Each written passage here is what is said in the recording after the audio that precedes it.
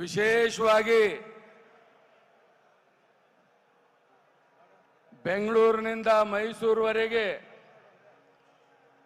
ಎರಡೂ party JDS ಮತ್ತು BJP ಮುಖಂಡರುಗಳು ಪಾದಯಾತ್ರೆ ಮುಖಾಂತರ ಈ 14 ತಿಂಗಳ ಸರ್ಕಾರನಲ್ಲಿ ಏನು ಭ್ರಷ್ಟತೆ ಆಗಿದೆ ಅದರ ವಿರುದ್ಧವಾಗಿ ಏನದಲ್ಲ ಜನರೊಂದಿಗೆ ಬಹಳ ಯಶಸ್ವಿಯಾಗಿ ಇವತ್ತ ಮೈಸೂರಿಗೆ ತಲುಪ್ತಾ ಇದೆ ಬಂಧುಗಳೇ. ಮೈಸೂರಿಗೆ ಬಂದಿದೆ. ಇವತ್ತು ನಾವು ನೋಡ್ತಾ ಇದ್ದೀವಿ, ನಿನ್ನೆ ಕಾಂಗ್ರೆಸ್ನವರು ಅವ್ರ ಸ್ಲೋಗನ್ ಏನಿತ್ತು, ಜನ ಆಂದೋಲನ ಯಾರು ಮಾಡಬೇಕು, ಅಪೋಸಿಷನ್ ನಾವು ಮಾಡಬೇಕು, ಜನ ಆಂದೋಲನ ರೂಲಿಂಗ್ ಪಾರ್ಟಿದವರಲ್ಲ. ಅದು ಯಾವ್ರಿ ಐಡಿಯಾ ಕೊಟ್ಟನ ನಿಮಗ? ಭ್ರಷ್ಟಾಚಾರದ ವಿರುದ್ಧ ಜನ ಆಂದೋಲನ ಅಂತ ಯಾರ್ರೀ ಭ್ರಷ್ಟಾಚಾರ ಮಾಡ್ಯಾರ?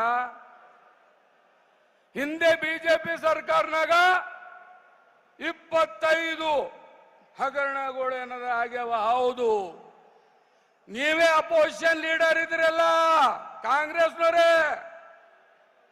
ನಿತ್ಯ ಮಾಡ್ತಾ ಇದ್ರಿ. ಅವತ್ತ ಸರ್ಕಾರ ಬಂದು 14 ತಿಂಗಳಾಯ್ತು. ಇವತ್ತಿನವರೆಗೆ ಕುಂಭಕೋಣ ನಿತ್ಯ ಮಾಡ್ತಾ ಇದ್ದೀರಾ.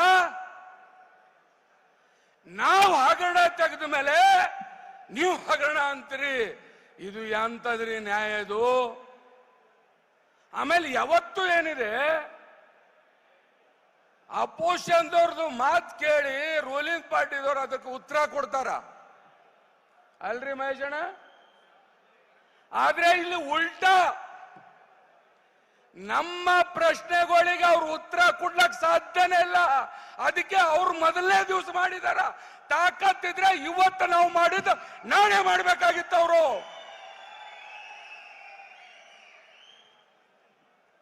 ಆಮೇಲೆ ಒಬ್ಬೊಬ್ಬರು ಲೀಡರ್ಗಳು ಒಂದೊಂದು ರೀತಿ ಮಾತಾಡೋದು. ಇವತ್ತು ರಾಜ್ಯದಲ್ಲಿ ಪ್ರವಾಹ ಬಂದು ಉತ್ತರ ಕರ್ನಾಟಕ ಈ ಕಡೆ ಮಡಿಕೇರಿ ಸೈಡ್ ಎಲ್ಲ ಗುಡ್ಡ ಕುಸಿತಾ ಇದೆ, ಜನ ಪರದಾಡ್ತಾ ಇದಾರ, ಹಳ್ಳಿಗಳು ನೀರಲ್ಲಿ ಮುಳುಗಿದೆ. ಆದ್ರೆ ಇವ್ರು ಯಾರು ಬಿ ಎಲ್ಲ ಮುಖ್ಯಮಂತ್ರಿ ಉಪಮುಖ್ಯಮಂತ್ರಿ ಮಂತ್ರಿಗಳು ಹಳ್ಳಿಗೆ ಹೋಗಕ್ ತಯಾರಿಲ್ಲ, ಜನ ಸ್ಪಂದಿಸ್ಲಕ್ ತಯಾರಿಲ್ಲ. ಮೈಸೂರಿನಲ್ಲಿ ಬಂದು ಮಾತಾಡ್ತಾ ಇದ್ದಾರೆ ಇವರು. ಇಂಥ ಜನ ಇವರು. ಲೆಕ್ಕ ಹಾಕಿ ಬಂಧುಗಳೇ ನೀವು. ಇವತ್ತೇನಾಗಿದೆ? ಪರಮೇಶ್ವರ್ ಅವರು ಹೇಳ್ತಾರ, ಕುಮಾರಸ್ವಾಮಿ ಅವರು ಲಾಟ್ರಿಯಲ್ಲಿ ಮಂತ್ರಿ ಆಗಿದಾರ. ಪರಮೇಶ್ವರ್ ಅವರೇ, ಕುಮಾರಸ್ವಾಮಿ ಅವರು ಲಾಟ್ರಿಯಲ್ಲ, ಮಂಡ್ಯದಲ್ಲಿ ಜನರ ಆಶೀರ್ವಾದದಿಂದ 3 ಲಕ್ಷ ಲೀಡಿನಿಂದ ಗೆದ್ದಿದಾರ. 3 ಲಕ್ಷ ಲೀಡು. ಆಮೇಲೆ ನಿನ್ನೆ DK ಶಿವಕುಮಾರ್ ಅವರು ಹೇಳ್ತಾರ, ಕುಮಾರಸ್ವಾಮಿ ಅವರ ಅಧ್ಯಕ್ಷರು 19 ಸೀಟ್ ಬಂದಿದೆ, ನಮ್ಮ ಅಧ್ಯಕ್ಷದಲ್ಲಿ 135 ಸೀಟ್ ಬಂದಿದೆ. ಹೌದು ಸ್ವಾಮಿ, ಕುಮಾರಸ್ವಾಮಿ ಅವರು ಪ್ರಾದೇಶಿಕ ಪಕ್ಷ, ದೇವೇಗೌಡರು ಪ್ರಾದೇಶಿಕ ಪಕ್ಷ. ಇವತ್ತು ಇಡೀ ದೇಶದಲ್ಲಿ ಗಟ್ಟಿನಿಂದ ಕರ್ನಾಟಕದಲ್ಲಿ ಬೇರು ಉಳಿದೆ. ಇವತ್ತು 2 ಸೀಟ್ ತಗೊಂಡ್ರು. ನರೇಂದ್ರ ಮೋದಿ ಅವರ ಕ್ಯಾಬಿನೆಟ್ ನಲ್ಲಿ ಮಿನಿಸ್ಟರ್ ಆಗಿ ಕೂತಿದ್ದಾರೆ ಬಂಧುಗಳೇ. ನೀವು ಮಾತಾಡ್ತೀರಾ? ನಿಮ್ಮ ಕಾಂಗ್ರೆಸ್ ಹೈಕಮಾಂಡ್ ನಲ್ಲಿ ನೀವು ಹೋಗಿದ್ರೆ ಟೈಮ್ ಸಿಗಲ್ಲ ನಿಮಗ. ಟೈಮು ನಾವು ಟಿವಿಯಲ್ಲಿ ನೋಡ್ತೀವಿ. ಇವತ್ತು ಮುಖ್ಯಮಂತ್ರಿಗಳಿಗೆ ಟೈಮ್ ಕೊಟ್ಟಿಲ್ಲ ಸೋನಿಯಾ ಗಾಂಧಿ ಅವರು, ಉಪಮುಖ್ಯಮಂತ್ರಿಗಳಿಗೆ ಟೈಮ್ ಕೊಟ್ಟಿಲ್ಲ ಅಂತೇಳಿ ಇಂಥ ಪಾರ್ಟಿ ಬಗ್ಗೆದಾಗ ನಮಗೆ ಹೇಳ್ತೀರಾ ಸ್ವಾಮಿ? ದೇಶದಲ್ಲಿ ಕಾಂಗ್ರೆಸ್ ಯಾವ ಗತಿಯಲ್ಲಿ ಹೋಗ್ತಾ ಇದೆ? 50 ಸೀಟು 2 ಬಾರಿ 10 ವರ್ಷ ನಿಮಗೆ ಅಪೋಸಿಷನ್ ಸಿಗ್ಲಿಲ್ಲ ದೇಶದಲ್ಲಿ, ಭಾರತ ದೇಶದಲ್ಲಿ.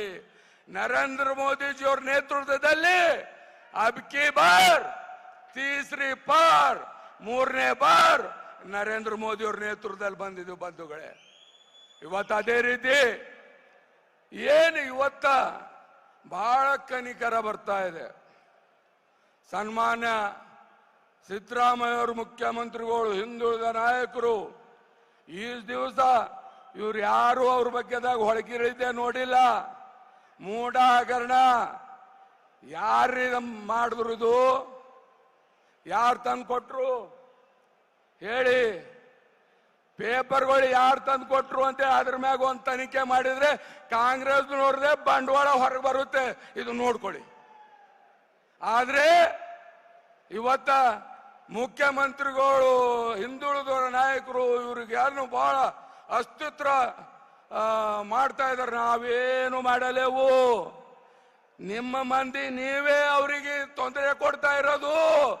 ನಾವು ಬರೇ ಇಷ್ಟೇ ಹೇಳ್ತಾ ಇದೀವಿ, ನೀವು ಏನೇನ್ ತಪ್ಪು ಮಾಡಿದ್ರಿ ಎಲ್ಲರೂ ಹೇಳ್ತೀವಲ್ಲ, ಉಪ್ಪು ತಿಂದವರು ನೀರು ಕುಡಿಲೇಬೇಕು. ಅದಕ್ಕೇನದಲ್ಲ, ಮುಂದಿನ ದಿನಗಳಲ್ಲಿ ಇವತ್ತೆರಡು ಬಿಜೆಪಿ ಮತ್ತು ಜೆಡಿಎಸ್ ಒಗ್ಗಟ್ಟಿನಿಂದ ನೀವೇನು ಚಿಂತೆ ಮಾಡಬೇಡ್ರಿ. ಮುಂದಿನ ಅಸೆಂಬ್ಲಿವರೆಗೆ ಮುಂದಿನ ಇಬ್ರು ಜೊತೆಲಿ ಹೋಗಿ ಕರ್ನಾಟಕದಲ್ಲಿ ಸರ್ಕಾರ ಕಿತ್ತ